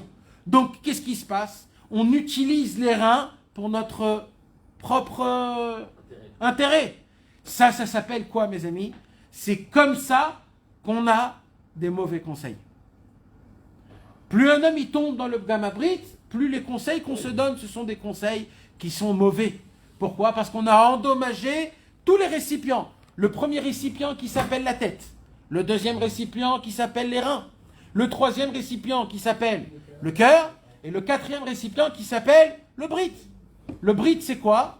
Il y a la même chose. Le brit, c'est la bouche. Brit à Mahor et brit à Lachon. Brit à Mahor, c'est le brit qui est en bas. Le brit à Lachon, c'est le brit qui est en haut. De la même façon qu'il y a, quand un homme, il peut parler, il peut dire, il peut faire avec sa bouche des choses qui sont de la même façon pogam à brit. C'est la même façon. Mais là, tu es pogam le cerveau. Là, tu es pogam le cœur. Le pgam à brit de la bouche, c'est le cerveau. Le pgam à brit d'en bas, c'est le cœur. Dans les deux façons, tu es pogam le conseil. Le conseil, Rabbeinu, il nous apprend qu'aujourd'hui, on n'a pas de possibilité de donner de conseils réels. Je parle d'un conseil qui est juste et personnel, je parle. C'est-à-dire, de dire un conseil qu'un tzaddik il a donné, ça ne s'appelle pas de donner un conseil. De donner un conseil, c'est de donner un conseil particulier dans une situation très personnelle et très particulière, en lui donnant, il faut faire comme ça, il faut faire comme ça, il fait comme ça, et quand tu feras... Ça, mes amis, on ne peut aujourd'hui recevoir aucun conseil de personne. Même de tzaddikim, même de grands, même de talmidei chachamim, je vais vous dire pourquoi. Pas parce qu'ils n'ont pas de conseils. Ils ont. Au niveau de la technique, au niveau de la halakha. Je ne parle pas d'halakha. Je parle d'un conseil, un conseil personnel. Un aga halakhaïm. Voilà. Une ashkafa, la ashkafa. C'est-à-dire comment... bien sûr, mes amis, encore une fois, tu as raison, Dov, je ne parle pas d'halakha. Halakha, ce n'est pas des conseils. Je parle des conseils personnels dans la vie qu'un homme, il prend. Est-ce que je dois marier avec celle-là? Est-ce que je dois marier avec un tel? Est-ce que je dois déménager? Qu'est-ce que je dois faire? Je dois faire tchouva? Comment je fais tchouva? Des choses comme ça. Ou un homme, on va chez des tzadikim, on leur pose des questions. Il dit, Rabbi Nachman, sachez une chose. Li etza vetoshia. Li. C'est quoi li? À moi etza vetoshia. Pas à personne d'autre, il dit Hashem Yitbarach. Mes conseils, ils sont dans la Torah, il dit Hashem Yitbarach. Mais de quelle façon il faut étudier la Torah? De la façon de Tushia. Ça veut dire quoi, Tushia? Ça veut dire que tous les livres que tu vas ouvrir, toute la Torah que tu vas y faire, ça sera toujours pour essayer de découvrir un conseil, comment je peux me l'approprier, me l'approprier. Mais le problème, c'est que tu as dit qu'il faut être très cher compris pour pouvoir recevoir le conseil. Oui, Alors, mais alors, non, t'as pas compris. Quand tu vas dans les livres de Rabbeinu ou de Tzadikim, c'est pas ton conseil que tu vas chercher, c'est le conseil du Tzadik. Donc c'est ça. D'accord? Maintenant, si toi, tu vas commencer, maintenant, c'est pour ça qu'il faut être Emet ve'emuna. Toujours, dans tout ce que tu fais, il faut Emet ve'emuna. C'est-à-dire quoi Emet ve'emuna? Il ne faut pas que tu commences à rentrer dans les chormot. Parce que là, ça commence à devenir encore le Bgamabrit. Il faut que tu sois pachout. Comme c'est écrit, moi je veux appliquer. ouais, Yosef, il a été pur dans le Brit, et après, il a donné les conseils. D'accord? Et là, Rabbeinu, il nous apprend qu'on doit prendre les conseils de la Torah, de regarder la Torah comme un livre de conseils. Mais vous savez, mes amis, je vais essayer d'approfondir l'importance de ce qu'on est en train de parler. Quand Hachem, il a donné la Torah à Moshe Rabbeinu au Mont Sinaï, il a donné à Moshe Rabbeinu, qu'est-ce qu'il a donné? Il a donné 613 Conseil. Non, Alors, mitzvot. À Moshe, il a donné 613 mitzvot. C'est quoi des mitzvot en français? ordre. Des ordres. On va appeler ça des modes d'emploi. Comment servir Hachem? Nahon? Bien fait. Plus tard, mes amis, il y a eu des problèmes. Il y a eu des pogroms. Le temple a été construit, détruit 2 fois. Le peuple juif a souffert. Et les tzadikim, ils sont venus dans le monde et ils ont dit, avec cette Torah-là, le monde, il va à sa perte, en incluant même la Torah. Atida, Torah, Shetishtakar, mais Israël. Gemara Masechet Shabbat. Comme ça, ils ont dit tous les Chachamim. Le monde, il était en dérive, et le monde, il avait... Et ils ont vu que de cette façon-là, si ça continue, on va perdre la Torah, le Ham Israël, la Géoula. C'est fini. On va tout perdre. Pourquoi? Parce qu'ils ont vu, dans la racine, mes amis, ça veut dire quoi? Qu'est-ce qu'ils ont vu? Ils ont vu que si on regarde la Torah à travers des yeux, que ce qu'on a reçu, c'est 613 mitzvot, alors on ne pourra pas tenir 2000 ans comme ça.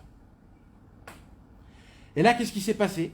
Il s'est levé un jeune, Rabbi Shimon Bar Yochai, et il a dit Lo tishaka ha-Torah mi pizaro. La Torah ne va pas être oubliée comme c'est écrit. Et quand Rabbi Shimon Bar Yochai il a dit ça, pourquoi il a dit ça? Parce que Rabbi Shimon Bar Yochai il s'est dit qu'il va découvrir dans le monde la neshama de la Torah. C'est quoi la neshama de la Torah? C'est la puissance que quoi qu'il se passe avec le Ham Israël, la Torah elle restera très fort et nous on sera toujours fort avec le Ham Israël. Mais pour cela, il faut changer le mode 613 mitzvot en mode 613 conseils. Si on regarde la Torah comme 613 conseils, alors on a la possibilité de tenir actuellement aujourd'hui. Et ça, c'est par la preuve que Rabbi Shimon Bar Yochai il a dit il y a 2000 ans. Mais si on regarde la Torah à travers 613 mitzvot ordonnements, alors on ne peut pas tenir avec la Torah. Quand tu regardes la Torah à travers des conseils, le langage il est autre. C'est quelque chose d'autre. Et en plus, c'est pas que 613. Parce que tout devient des conseils. Même Vaïdaber Hachem el Moshe les morts, Dieu parla à Moshe pour dire, ça aussi tu peux découvrir de ça des conseils, sans que ça soit un conseil. Parce que d'un coup tu découvres que la Torah, ce sont des conseils, c'est pas que des ordres. Rabbeinu il dit, quand tu étudies la Torah, et tu regardes que la Torah, c'est pas juste une Torah stam, c'est parce que j'ai un problème les gars. C'est ça que je veux vous expliquer, ça fait 1h30. On a un problème, on est malade. Il faut qu'on a la sensation que quand on va ouvrir le livre, quand on va étudier la Torah, quand on va entendre les cours, c'est parce que j'ai un manque qu'il faut que je remplisse. C'est parce que je suis perché dans ma tête, je suis perturbé parce que il y a des choses que je n'arrive pas à avancer. Il y a des choses que j'arrive pas à me renforcer dans la Emouna, j'arrive pas à tout remettre chez Hachem. J'arrive pas à travailler mon Yetzer Hara. Et j'ai besoin de conseils.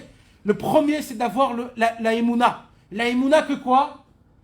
Que toutes mes réponses, que tous les conseils sont dans la Torah. Deuxième Emouna, c'est quoi? C'est de savoir que c'est dans ma possibilité de les trouver. Hachem, il m'a donné, c'est dans mes cordes. Et ça s'appelle du Emet et la Emouna. Le Emet, c'est quoi le Emet? C'est que tous les conseils possibles que j'ai besoin pour ma vie à moi personnelle, ils sont dans la Torah. Et la Emouna, c'est quoi? Que j'ai la possibilité de les découvrir en les cherchant. Quand j'ai le Emet et la Emouna dans la Torah, ça s'appelle des conseils. C'est comme ça que j'étudie la Torah en mode conseil. Et quand j'étudie la Torah en mode conseil, je me marie avec la Torah, avec les tzadikim.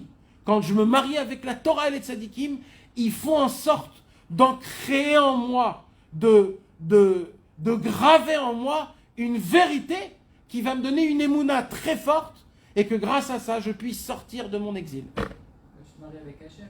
La Torah, c'est D'une certaine façon. Ou c'est le conseil de tzadikim? Là, Pareil. on parle des tzadikim. Pour l'instant. Pourquoi à travers la Torah? À travers la Torah, c'est pas à travers la Torah. Je veux dire. Les tzadikim, eux, qu'est-ce qu'ils font les tzadikim? Ils font le shidour entre toi et la Torah, et après entre toi et Hachem. Les tzadikim, ce sont des chatranim, ce sont des facteurs. Comme ça on appelle ça des facteurs, ceux qui travaillent à la poste. Ce sont des facteurs. Leur travail à eux, c'est de te proposer la Torah, et après de te proposer Hachem Yitbarach. Eux, c'est les wagons, c'est les conducteurs. Comme ce qu'on appelle, il dit Rabbi Avraham ben Rabbi Nachman, c'est quoi le symbole du tzaddik? Comment on peut le donner? La signification, la définition du tzaddik, c'est quoi dans la Torah, mamash? Shaler Tzibour. Shaler Tzibour, c'est quoi un Shaler Tzibour? C'est l'envoyé, c'est lui qui va faire le travail essentiel. il prend ta tfila, il l'emmène chez Hachem. Nous, le tzaddik, c'est le shaler tzibour pour nous mettre dans la Torah et après de nous mettre avec HaKadosh Baruch Hu. C'est un envoyé, leur travail c'est ça. Et quand ils arrivent à faire ce travail-là, nous on doit se renforcer. D'abord d'aller vers eux. Parce que sinon on va vers eux et qu'on ne fait pas le travail, alors eux ils sont là pour rien. Eux, leur travail à eux, c'est qu'on va chez eux et qu'on reçoit de eux la Torah. Moshe Kibel Torah, Mi Sinaï. Moshe Rabbeinu, il a reçu la Torah du mont Sinaï. Pourquoi Hachem ne nous a pas donné directement la Torah à nous directement? Il aurait pu nous donner à nous directement. Parce que quand Moshe Rabbeinu, il a donné la Torah d'abord, il a dit les 2 premiers commandements. Il a dit Anochi velo yeh. Et dans les 2 commandements, quand il a dit les 2 commandements, qu'est-ce qui s'est passé? On est mort. Il a dû nous ressusciter. Et c'est la raison pour laquelle il n'y a pas de libre arbitre dans la mitzvah de la crainte d'Hachem et la mitzvah de l'amour envers Hachem. Il n'y a pas d'espace et il n'y a pas de temps. La ira et la hava, c'est les 2 mitzvot qu'on peut avoir tout le temps. Alors qu'est-ce qu'il a fait? Les Bnei Israël, ils sont venus chez Hachem et ils ont dit à Hachem, Hachem, on ne peut pas supporter la puissance de, comment tu dis les 2? Alors d'abord dis à Moshe Rabbeinu que Moshe Rabbeinu nous les dise. Donc tout le symbole que la Torah elle doit passer par le tzaddik, c'est à Moshe Rabbeinu qu'on le retrouve à Shavuot quand il a reçu la Torah. La Torah, même Hachem, il a donné la Torah à Moshe pour que Moshe donne au Ham Israël. La Torah, on ne peut pas la prendre de Dieu. La Torah, on doit la prendre des tzaddikim. Les tzaddikim, ce sont les livres. Et nous, on doit s'annuler aux tzaddikim. Ce qu'ils disent, on doit accepter. Et on doit se le dire. Et si on n'arrive pas à accepter les conseils du tzaddik, vous voulez savoir d'où ça vient? Ça vient parce que je ne veux pas accepter le conseil du tzaddik, parce que moi j'ai été pogem dans le Gam Abrit, et je crois que mon conseil il est mieux que le conseil du tzaddik. Donc il dit Rabbeinu, c'est parce que je suis un pagoum dans le Brit que je ne suis pas prêt à accepter le vrai conseil. Parce que j'ai été pogem dans mon cerveau, dans mes reins, dans mon cœur, et après dans le Brit, ou dans la bouche. Comprenez mes amis ce que je suis en train de vous dire? Nimtsa keshemekabli naitsa me'adam. Donc de là on apprend que quand on reçoit un conseil d'un homme, keilu mekabli mimen ou zera, c'est comme si qu'on reçoit de lui de la semence. Va kol efi adam imracha o tzadik. Bishvil za Torah matish koach. C'est pour cela que la Torah, qu'est-ce qu'elle fait la Torah? Elle use de nos forces. Pourquoi elle use de nos forces? Venikret Tushiya. La Torah, elle s'appelle comment?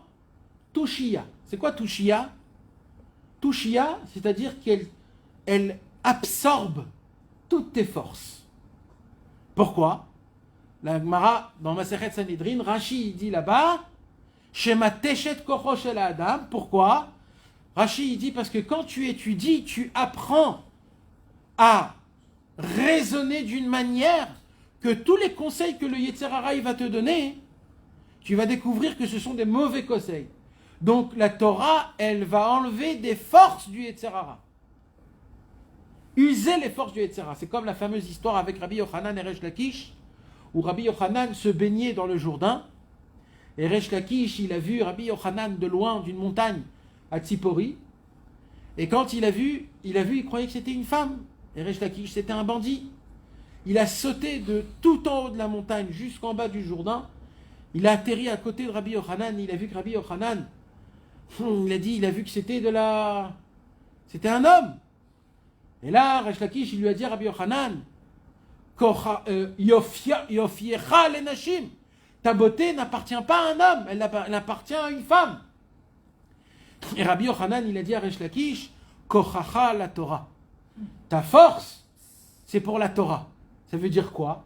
Rashi, il explique, L'onitna Torah elam mipnei she'am Israël am azin.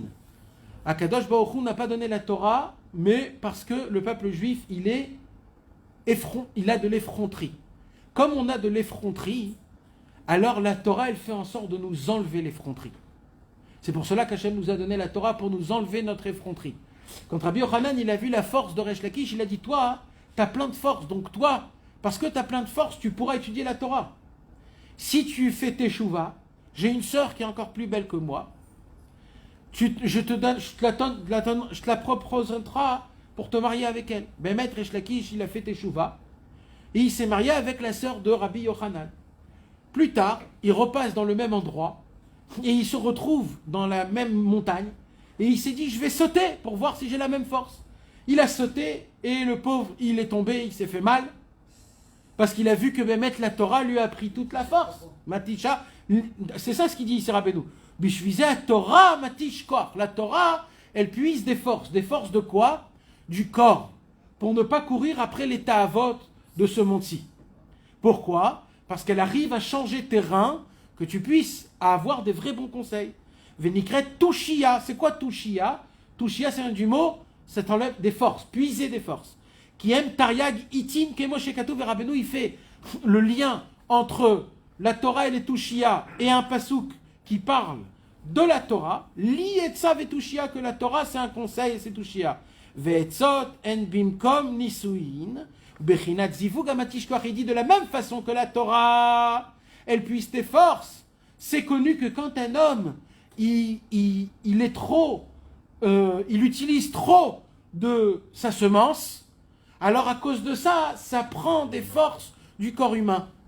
C'est pour cela qu'il y a écrit dans le Shulchan Aruch qu'il ne faut pas être souvent avec sa femme ou tous les jours comme un coq, qu'il est tous les jours avec la cocotte. Comment on dit? Avec la poule, pardon. Avec la poule. Pourquoi? La Gemara. C'est parce que dans le langage autre, ouais? ils appellent une femme la petite cocotte. Là. Ah, ok. Donc c'est pas loin. Mais qui sont mes amis? Pardon, alors excusez-moi de dire ce mot-là. Il l'appelle la poule aussi. Ouais. Alors, mais qui sont mes amis? De la même façon que il y a écrit Altiten et Reilecha Leneshecha. Ne donne pas ta force à ta femme. Ça veut dire il faut savoir aussi se maintenir pour garder notre force. Le Ben Ishraï, il dit, il rapporte une Gemara dans ma Masechet Brachot qu'il y a écrit 99% de personnes meurent parce que ils sortent beaucoup de semences, même si c'est pour le bien. C'est le fait qu'un homme il sort de sa semence, c'est sa puissance, c'est ses forces, c'est son cerveau. Il faut prier. Donc il faut beaucoup prier pour savoir quand y aller avec sa femme et quand ne... Imaginons-nous que Rabbi Nathan, pour un kaftor, pour un... Mamash. Alors ça, mamash. Alors c'est mamash tous les jours. C'est pour cela qu'il y a une prière du Ramban avant d'y aller, avant d'être avec sa femme, qui est dans le Sha'ar Etzion, que Rabbeinu il a beaucoup élogé ce livre du Sha'ar Etzion. Et quand on a posé la question à Rabbi Israël, comment on peut être avec sa femme avec pudeur et sainteté, Rabbi Israël n'a pas dit beaucoup de choses. Il a dit juste une seule chose. Il a dit, c'est bien de lire la tfila du Ramban, qui est écrit dans le Sha'ar Etzion avant le Zivug. Et là-bas, il y a écrit dans cette prière, fais en sorte, Hachem, de me donner assez de force, et que ça puise pas mes forces, et que ça prend pas ma force de mon cerveau, et plus que ce qu'il faut dans mes reins, et ainsi de suite. Maintenant, il dit Rabbi Nachman, de la même façon que l'accouplement avec sa femme, quand un homme, il sort trop de sa semence, ça lui prend de ses forces. De la même façon, la Torah, qu'on a dit que la Torah c'est quoi? C'est un conseil. De la même façon, la Torah, elle puise des forces. Parce que la Torah aussi, c'est un conseil. Donc Rabbeinu, il a fait 4 liens dans chaque psukim qui répètent les mêmes choses dans tous les endroits où on a étudié. Le premier lien avec la Torah, le deuxième lien avec Yaakov et les 12 tribus, le troisième lien avec ce qu'on a expliqué de Adam et Chava et le conseil du Nachash Itziani. Après Rabbeinu, il a expliqué le conseil avec la Torah, Li Etza Vetushia, et il a enjamblé tout ça en nous apprenant que l'essentiel de ce qu'un homme il a besoin de faire quand il étudie la Torah pour que cette Torah elle puisse être, de se rapprocher, de recevoir des conseils des tzadikim, c'est d'aller vers la Torah en cherchant un vrai conseil pour moi dans mon service divin. Ça s'appelle tout ce qu'on a étudié au tout début, de se rapprocher des tzadikim et de recevoir des conseils des tzadikim. Je répète, en ouvrant un livre, pas parce que c'est mon seder, pas parce que j'ai pas fait, voilà, je veux terminer mon truc. Non, c'est d'ouvrir un livre pour chercher le conseil mamash. Maman, quelle différence de vie. Vadaï. Maintenant, je veux terminer avec un likuta halachot.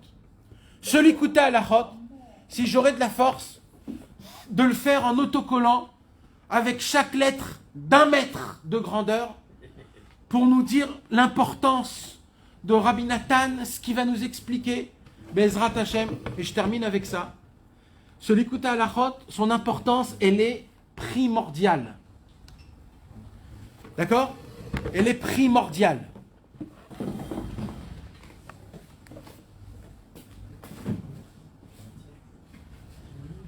À droite.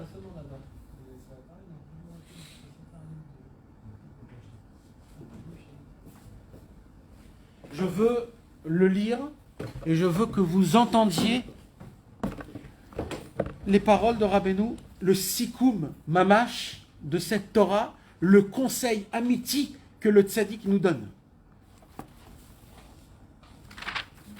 Likuta alachot, ilchot eruvet rumin, alacha he,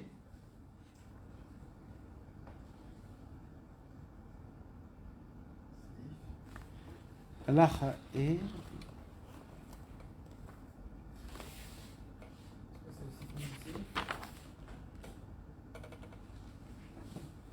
non, pardon. Ilchot Ta'aniyot. Attendez. Dalet Yudalet. Non, non, oui, frère. Ne te casse pas la tête. Écoutez mes amis s'il vous plaît. Ikar niflaot ma'aseh hatzadik. Il dit Rabbi Nathan, c'est quoi la merveille du tzaddik? Le tzaddik. Vas-y, dites-moi des merveilles du tzaddik. Dites-moi. De nous donner des bonnes volontés. Bonne volonté. Il nous change. Il nous change. Les sodorames, c'est vraiment bon. Sa sagesse. Tikkun HaKlali, c'est une merveille. Ouman Rosh Hashanah, c'est une merveille. Oui, c'est des merveilles. Non, le Ouman Rosh Hashanah, c'est des merveilles de Rabbeinu. C'est Rabbeinu, il dit, je prends sur moi tout. C'est des merveilles de Rabbeinu. Il dit Rabbi Nathan, mais il y a une merveille au-dessus de toutes les merveilles du tzaddik. Où on peut dire ça, Pele Plaim. Nifla beyoter. Il dit Rabbi Nathan, Ika niflaot maaseh tzaddik. L'essentiel de toutes les merveilles du tzaddik, dit Rabbi Nathan. Qui n'aura où il est Redoutable. redoutable. C'est pas Astam. N'aura où. Vous savez c'est quoi, il dit Rabbeinu? Chez Yodea ou Mechazek Kol Adam. Le tzaddik qui connaît et il renforce tout homme, Mashehu, là où il est, Bechol Madrega Shehu, dans le niveau là où il est, Bechol Yom, tous les jours, Bechol Yom, Bechol Yom Veyom, Be'etzot Amukot Amitiot, tous les jours avec des conseils profonds et sincères. Shem Mechouvanim Mamash, et c'est des conseils, pourquoi qu'ils donnent tous les jours?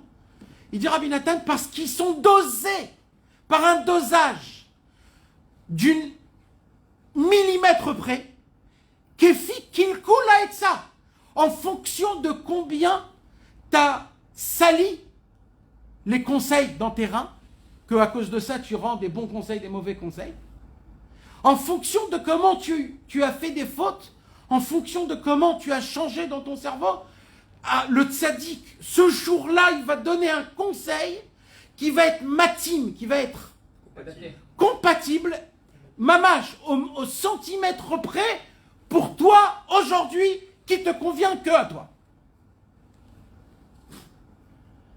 C'est pour cela, Ikar, l'essentiel, ou Tikkun Emunat Rachamim Amitim. C'est d'abord d'y croire en ça. Que la merveille du tzaddik, c'est quoi?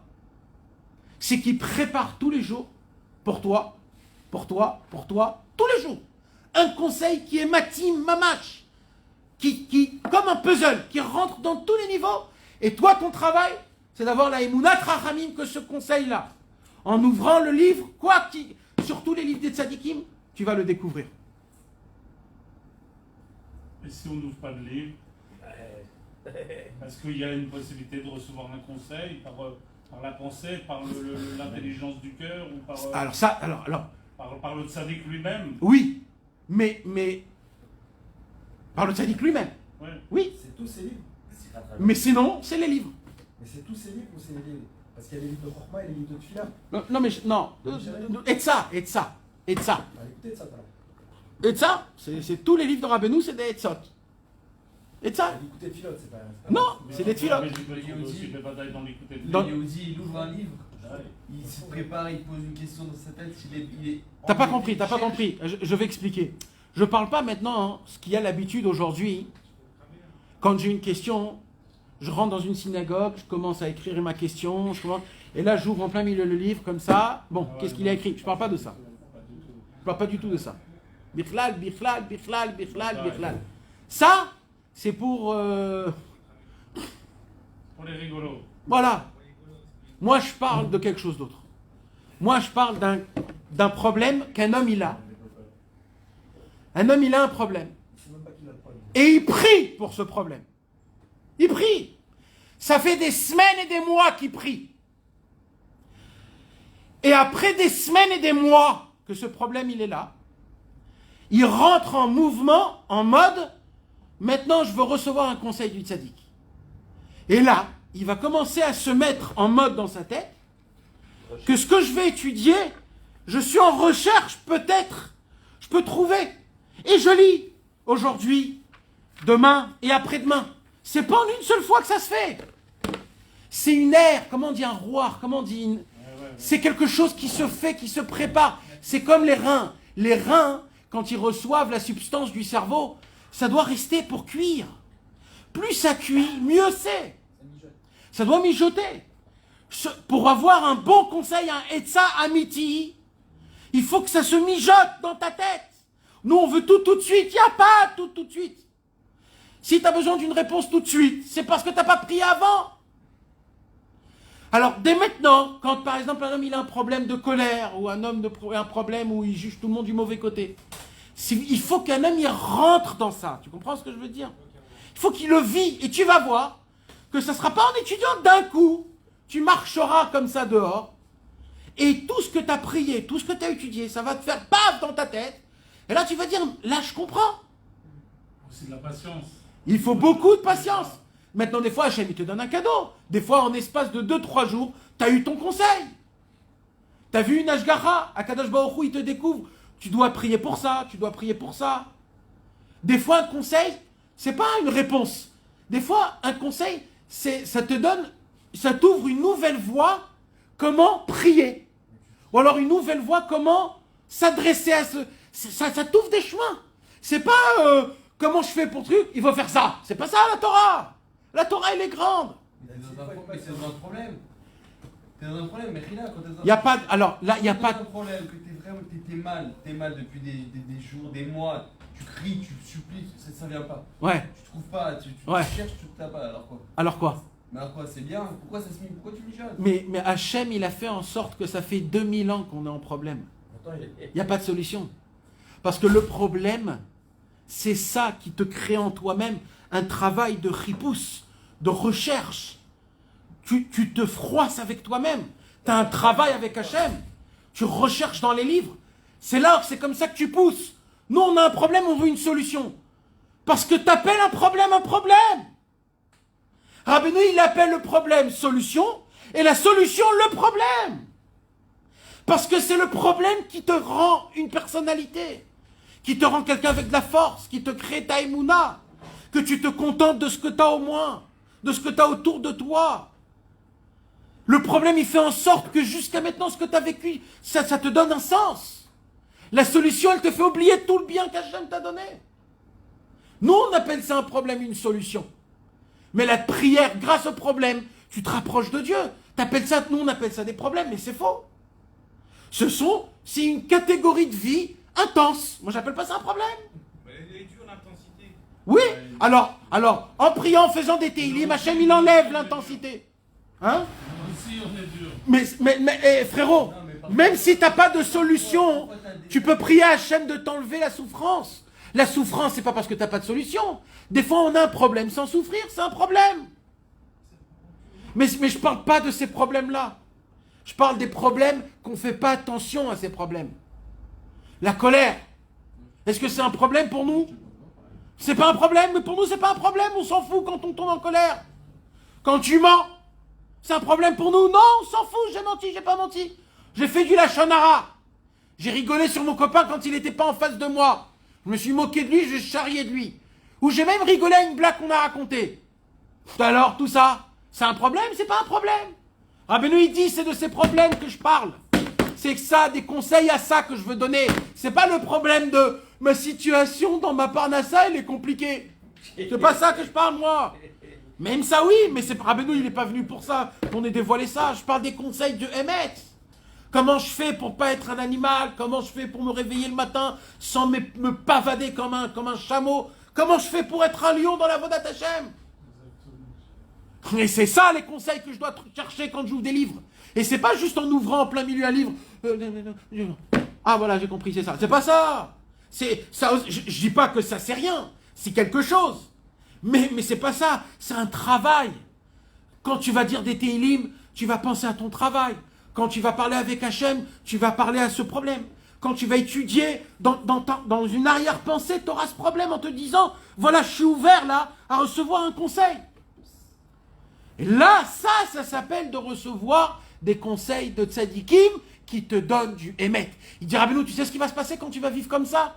Ça sera le émet qui va se graver en toi. Ce qui va te monter dans ta tête, c'est ça le émet. Plus tu fréquentes les livres, plus tu auras du émet. Tu as dit qu'il faut être patient quand on t'a appris dans l'écoute à la route. Tu as dit que tous les jours, le pélé du tzaddik, le païm, c'est que tous les jours on a le conseil qui vient nous rééquilibrer.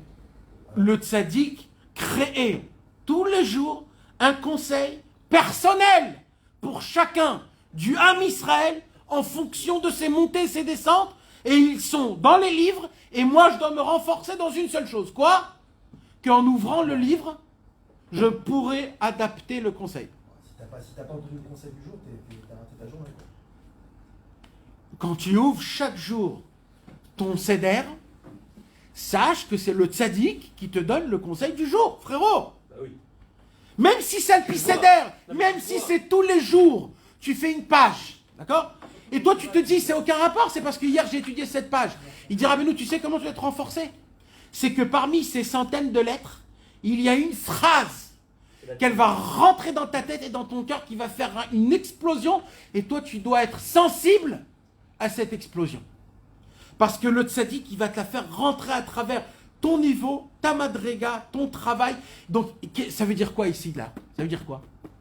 Ça veut dire que celui qui dit aujourd'hui, je suis obligé d'aller voir un grand maître pour donner un conseil très grand et spécial, parce que lui, il connaît les grandeurs de la Torah, il sait mieux que moi le Likutei Moharan. Là, Rabbi Nathan, c'est pas ce qu'il dit. Là, il dit, Rabbi Nathan, vous voulez savoir c'est quoi le shevar du tzaddik? C'est qu'aujourd'hui même aujourd'hui, il donne. Et toi, tu dois voir ton travail, il dit, Rabbi Nathan, c'est quoi? C'est de faire le pas vers le tzaddik. Allez prendre le conseil. Il ne faut pas que le tzaddik il vienne vers toi. Toi, tu dois te lever. Tu vas te lever. Qu'est-ce que tu fais? Je vais prendre un conseil du tzaddik. Et tu vas ouvrir et tu dis, voilà, si je suis zoré, Inematov, Todaraba al Hashem Idbar. Si je ne suis pas zoré, Bezrat Hashem demain. Et s'il n'y a pas demain, après-demain. Non, Nathan il a dit tous les jours. Oui, mais si tu l'as pas vu. Si tu l'as pas, si t'as pas parlé, si dit Rabbeinu, si tu as été pogem dans le Brit, que à cause de ça, tu n'arrives pas à voir le conseil de Rabbeinu, il y a un problème. C'est pour cela qu'avant ça, il faut mikveh tikkun haklali. C'est le premier bouclier de tout, le commencement de tout dans la journée. Mikveh tikkun haklali, dès qu'on a le bouclier, alors on a déjà moins de problèmes. On peut recevoir plus facilement le conseil du tzaddik Haemet. Donc, d'après ce qu'on a étudié ici, mes amis, d'après ce que Rabbeinu, il explique ici, et là il dit Rabbi Nathan dans l'Ikouta Halachot, c'est toute une halakha qui est très grande. Il parle de Adam Arishon, de Avraham, Yitzhak, Yaakov, que tous leurs problèmes à eux, c'était quoi? C'est qu'ils ne voulaient pas patienter pour recevoir le conseil Amiti. Ils ne voulaient pas patienter. Adam Arishon, Parce qu'il ne voulait pas patienter, il a reçu un mauvais conseil. Pourquoi il a reçu un mauvais conseil, il dit Rabbeinu? Comment il a reçu un mauvais conseil? Il a fait un pgam dans le Hémet, dans la Emouna. C'est quoi le pgam de la Emouna, il dit Rabbeinu? Il dit Rabbi Nathan dans l'Ikuta Halachot. De quelle Emouna? Il n'y avait pas de Sadikim à l'époque. Alors il dit Rabbi Nathan, c'est parce qu'il manquait de Emouna en lui-même. C'était en lui-même. La Emouna de Rachamim, il devait avoir la Emouna en lui, qu'Hachem, quand il a dit à Adam Arishon, je veux que tu sois mon serviteur, oui, tu peux être mon serviteur. Même toi, un homme comme toi, il peut être un serviteur. Lui, il ne croyait pas. Lui, il se disait, c'est qu'en étant un Dieu, je pourrais servir Dieu. Il n'a pas cru que même un homme, un être humain qui est pourri, qui va aux toilettes, même un homme comme ça, il peut servir Hachem. Donc il lui manquait de la Emouna, et comme il lui manquait de la Emouna, il est tombé du Hémet, et quand il est tombé du Hémet, il se donnait un mauvais conseil. On voit déjà, il a fait le gars et après il a reçu le mauvais conseil. C'est ce qu'on voit. Mais qui sont mes amis, Akadosh Baruch Hu qui nous aide, que tout le temps, quand on étudie, on puisse s'adresser au livre à travers des conseils pour essayer de trouver le conseil du jour en jour, parce que c'est ça les niflaot du tzaddik, c'est que le tzaddik nous prépare un plat tous les jours qui n'est pas le même. Et tous les jours, il faut déguster ce plat avec une très grande appétit, Bezrat Hashem. D'accord.